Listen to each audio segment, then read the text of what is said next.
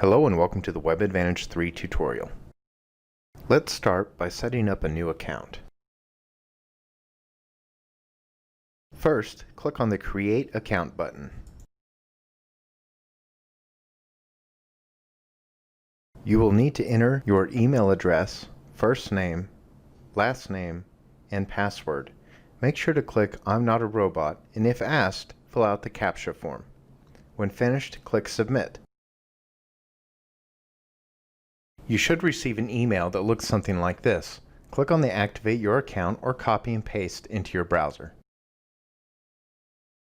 This will send Advantage IT team an email ticket. Advantage IT must approve and activate the account before you can use it. Once Advantage IT has approved and activated the account, you will receive an email asking you to set your password. This usually takes 24 hours or 1 business day to complete. Once your account has been approved and activated, you may create users or request devices be added.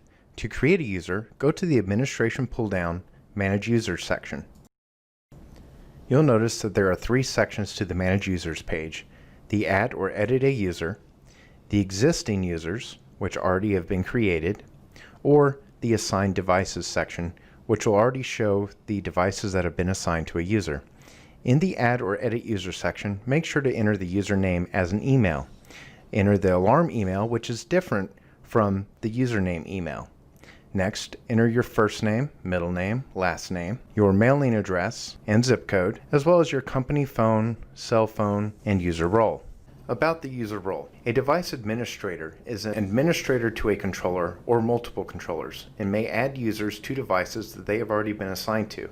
For example, if you were the device administrator, you could then add additional users to that device as you saw fit. A user may log in and view the controller, its settings, etc., but may not make any changes unless they have been given permission at the controller itself to do so.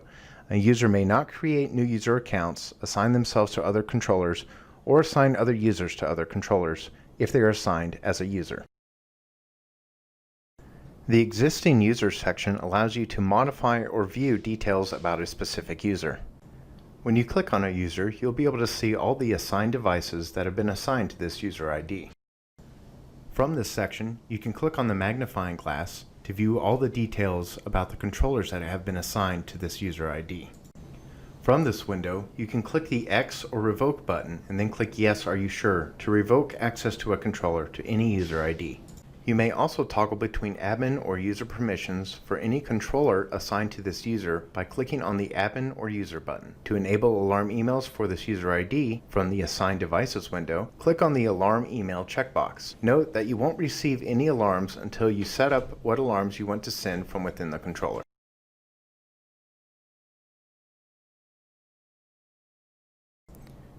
From the Administration pull-down, click on Manage Devices.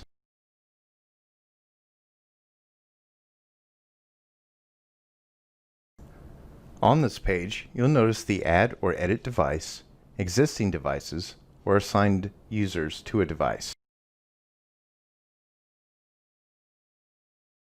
In the Add or Edit Device section, you'll need to enter a logo if you choose, a name, the serial number of the device you are adding, the model number of the device you are adding, an optional client name, optional physical location, and please enter the cell router ID number if this is indeed applicable.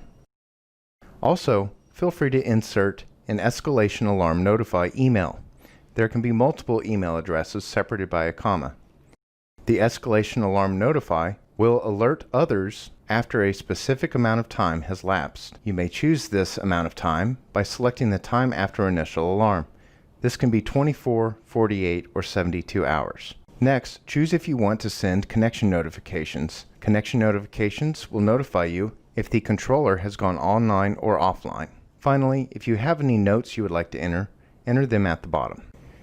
In the Existing Device section, click on a device that you would like to view details about. On the right-hand side, under Assigned Users, you'll notice all the users that have been given access to this controller. You may enable admin or user privileges, as well as enable or disable email alarms. You may also disassociate a controller with a user by clicking the X and then clicking Yes.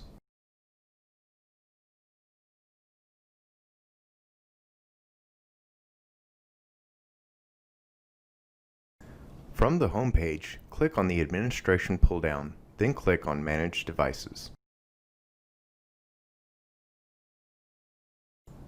From the Manage Devices page, you'll notice three columns: Add or Edit Device, Existing Devices, and Assigned Users, which will populate a user list based upon what existing device you select.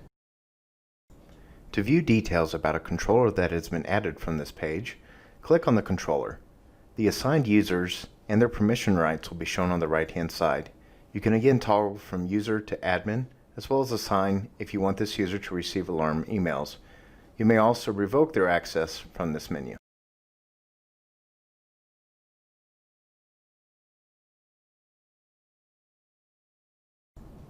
From the home page, click on the Graphical View. From the graphical or text view within WebAdvantage, you may configure the controller admin and user passwords, as well as grant or restrict permission to specific functions and features. After clicking Configure, go to the Password tab. From this window, you may change the controller admin password or the controller user password. The controller admin password should be changed from the factory settings regardless, as this allows unchecked access to the controller settings. The controller user password should also be changed from the factory settings. Also, under User Access, you may select what controller features you would like a user to have access to. Check or uncheck each permission as you see fit for the specified user. When finished, be sure to click Submit. From the graphical or text view pages, you may modify any control points for the device that you are connected to if you have permission to do so. To make changes to control points, click on the Edit button next to any titled section on the graphical view. In the text view, the Edit button will be next to each value. Each control setting you want alarms for must be determined in the Control Point Settings menu. Here, we are editing the connectivity settings. You can see the low alarm and high alarm parameters. The pull-down shown allows you to disable the alarm, display the alarm on the controller only, remote email the alarm only, or display the alarm on the controller and email the alarm. You must set the high and low alarm settings if you want either to notify you if the control parameters are exceeded.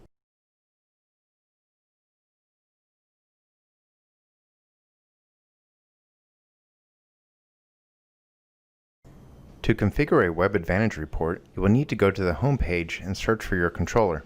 If you have a short list, just click on the Reports view shown here. Once the report view loads, you can click on the plus Add Report button to create a new report. Give the report a name, then assign the permission. You may choose User, which only allows you, the user, to generate and make changes to the report. Other users may see and use the report, but may not modify the parameters for this report. You may also choose User Shared, which allows you to create a report that can be modified by any user that has been assigned to the controller. Controller permission means that any user that has access to the device may change the report, query the report, or remove the report as determined by the user. You may also embed branding into the reports. You will have a choice between primary logo and secondary logo. The primary logo is usually your company logo. The secondary logo is usually your customer's logo. These will appear on the reports as well as in the top left of the WebAdvantage window. The email date allows you to set when the email should first be generated. The hour offset function allows you to set how many hours after midnight the report should be sent. So if you want the report to be sent at 8 a.m., set the hour offset to 8. You have 4 options when attaching logs. You may choose Graph Only, which will only send you a graph in an email, Graph and Logs, which will send you the graph and a CSV log file, Logs Only, which will send you only the CSV log file, or you may choose WebAdvantage Export, which will export the data in WebAdvantage format. The email address option signifies what email address you want the report to be sent to. Note, if you have multiple email addresses you want the report sent to, you must separate them with a comma, not a semicolon. If you want the report to be a weekly report, you'll choose every 7 days for the reporting interval. Next, choose between dual or single access. Single only provides you with 1 access point to measure against. Dual provides you with 2 access points to measure against. This is good if you are measuring pH and conductivity in the same graph.